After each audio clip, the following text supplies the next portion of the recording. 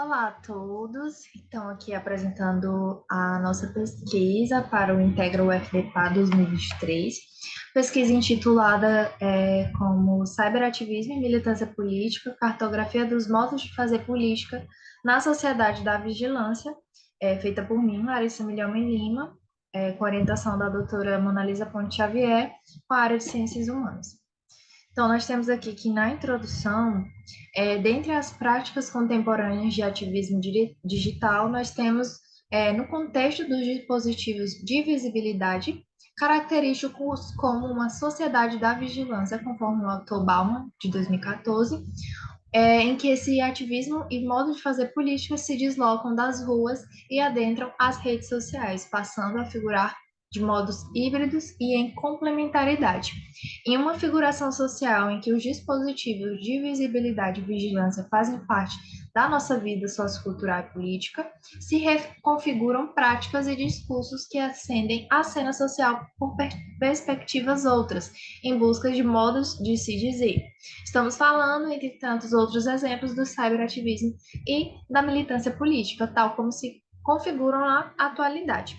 Então, o cyberativismo, ele constitui-se como uma prática social característica da sociedade atual, conforme o autor Ugarte, ele define o cyberativismo como toda estratégia que persegue a mudança da agenda pública e a inclusão de um novo tema na ordem do dia de grande discussão social, mediante a difusão de uma determinada mensagem e sua propagação através do boca a boca, multiplicado pelos meios de comunicação. Então, dessa forma, nós seguimos com a cartografia de militância política e cyberativismo, com o objetivo de compreender o funcionamento dos modos de fazer política mediado pelas redes sociais, em especial o Twitter e o Instagram. Assim, conseguimos apreender o funcionamento desses modos de fazer política mediado pelas redes sociais.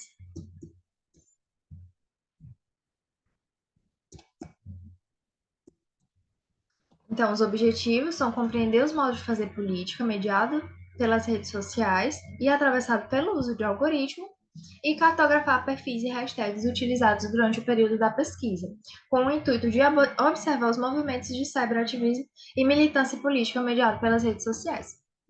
Os materiais e métodos, né, por ambicionarmos conhecer acontecimentos, representações narrativas, invenções e singularidades, ou seja, compreender a qualidade dos processos, nós trabalhamos com a orientação cartográfica para a realização dessa pesquisa.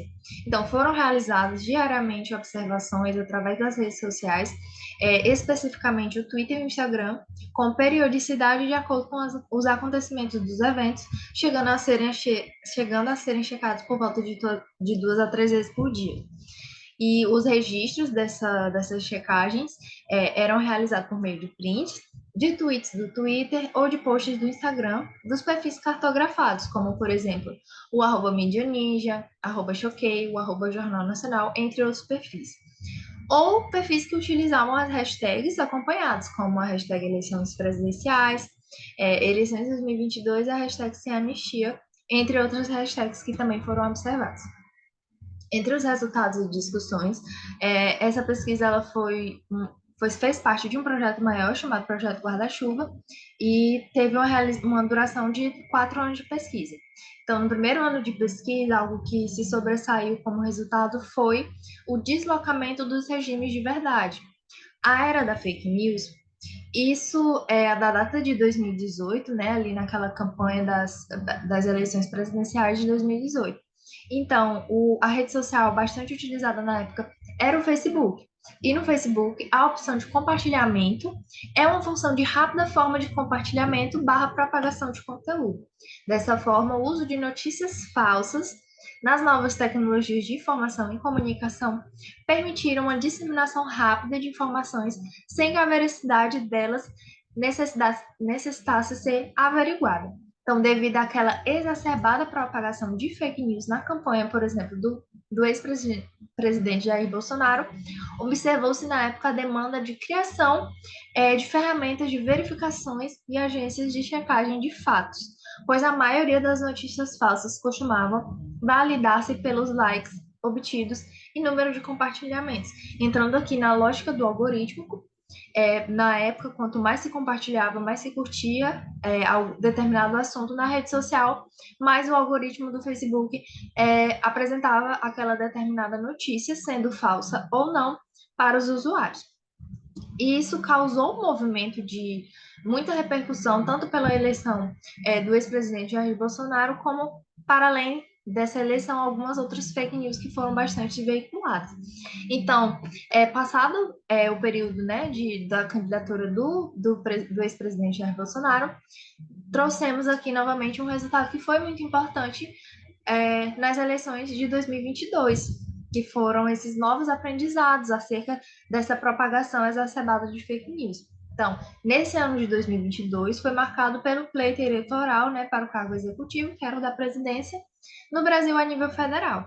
Então, o uso das redes sociais se intensificaram, mas percebemos assim uma mudança nos principais veículos, nas principais redes sociais hoje utilizadas, como o Twitter e o Instagram. Então, se na primeira etapa da pesquisa, em 2018, o uso do Facebook era majoritariamente feito pelos candidatos e eleitores, uma mudança na conjuntura política e militância foi percebida com o uso massivo do Twitter e do Instagram, além de grupos como Telegram e WhatsApp. Então, a Justiça Eleitoral, a partir dos aprendizados da campanha de 2018, junto a veículos que gerenciaram as redes sociais Twitter e Instagram, criaram dispositivos para o combate à fake news.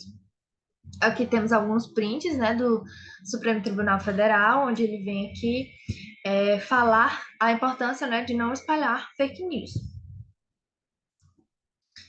E por fim, assim, o último resultado assim que também prevaleceu bastante, existem outros resultados, mas por conta do tempo, eu selecionei esses três principais. Já que no último ano da pesquisa, que foi 2023, a hashtag sem anistia dos atos antidemocráticos em 2023, né? Sabido acerca desses atos antidemocráticos em janeiro de 2023, onde diversas pessoas invadiram o Congresso e, enfim, depredaram o patrimônio público. A parte interessante é de que toda essa manifestação, né, esses atos, eles foram previamente articulados através de um aplicativo chamado Telegram, que ele é conhecido por ser uma plataforma em que o usuário pode apagar as mensagens sem deixar rastros, apenas deixar salvo o login de acesso, sendo bastante utilizado no compartilhamento de links, séries, filmes e vídeos e documentos piratas. Então, nesses grupos dessas pessoas, principalmente os bolsonaristas, né, depois da não eleição do ex-presidente Jair Bolsonaro, eles começaram a se estruturar, né? Estruturar as manifestações em frente aos quartéis e também começaram a articular o ato antidemocrático em Brasília, em janeiro de 2023, né? Então, eles buscaram essa rede social como uma forma de fugir ali daquela verificação que já existiam em redes sociais como o Twitter e o Instagram. Então, as fake news, elas continuam constituindo-se como um grande mecanismo da direita brasileira por conta da disseminação rápida de discursos que geram grande engajamento e dúvidas sobre a sua veracidade, sendo uma estratégia de governo que tem nas redes sociais importantes instrumentos. Tais redes trazem à cena, assim, uma multiplicidade de vozes que adquirem perícia na circulação e engajamento que alcançam, conforme a autora Xavier. Assim, essa lógica de funcionamento das redes sociais viabiliza o funcionamento de fake news, tornando essa questão importante atravessamento da cyberpolítica no contemporâneo. E é interessante levar em consideração como isso vem funcionando nessa disseminação de informações verídicas ou não, nas mídias digitais, de rede social a outra, de forma rápida e muito intensa, que resulta de uma cadeia de informações que busca produzir narrativas de enfrentamento a ideologias únicas e polarização política no país, como as eleições presidenciais de 2018 e de 2022, que foram ali os dois marcos desse período de pesquisa. Aqui alguns prints, né, do @mídia no Instagram com essa frase, né, sem anistia. E aqui essas duas outras imagens são como os bolsonaristas eles veiculavam, como que eles faziam para se articular no aplicativo do Telegram. E como conclusão, né, nós temos aqui que, diante dos resultados, percebemos como ocorreu essa construção mesmo de conteúdos de cyberpolíticas a serem compartilhados, iniciando com a lógica do algoritmo, em que notou-se essa forma que determinados assuntos viralizam de acordo com a quantidade de internautas que engajam nesse conteúdo, como foi nas eleições presidenciais de 2018, a necessidade de verificação das notícias, dada a falta de checagem dos fatos, onde as notícias ganhavam visibilidade de acordo com o número de compartilhamentos, sendo verídicas ou não.